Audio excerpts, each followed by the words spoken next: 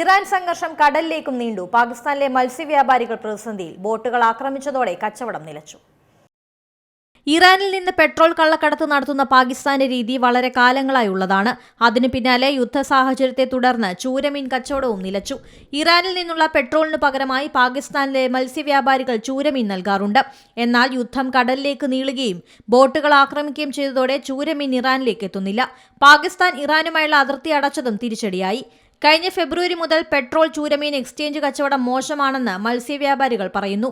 പാകിസ്ഥാനിലെ ബലൂചിസ്ഥാനുമായി അതിർത്തി പങ്കിടുന്ന ഇറാനിലെ കോനാറക്, പാസബന്ദർ, ബെറിസ് തുടങ്ങിയ മത്സ്യവ്യാപാര ഹബ്ബുകളും ആക്രമണത്തിനിരയായി. മാർച്ചിലും ജൂലൈയിലുമായി പാകിസ്ഥാനി മത്സ്യത്തൊഴിലാളികൾ ആക്രമണത്തിൽ കൊല്ലപ്പെടുകയും ചെയ്തിരുന്നു. ഇതും കച്ചവടത്തെ ബാധിച്ചിട്ടുണ്ട്.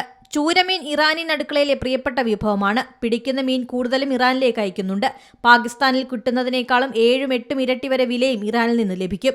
യുദ്ധവും അതിർത്തി പൂട്ടിയ പാകിസ്ഥാന്റെ നടപടിയും വരുമാനം ഇല്ലാതാക്കിയെന്ന് വ്യാപാരികൾ പറയുന്നു. News desk C Malayalam news. ഏറ്റവും പുതിയ വാർത്തകളും വിശേഷങ്ങളും വിരൽ തുമ്പിലറിയാൻ സി മലയാളം ന്യൂസ് എല്ലാ ഡിജിറ്റൽ പ്ലാറ്റ്ഫോമുകളിലും ലഭ്യം.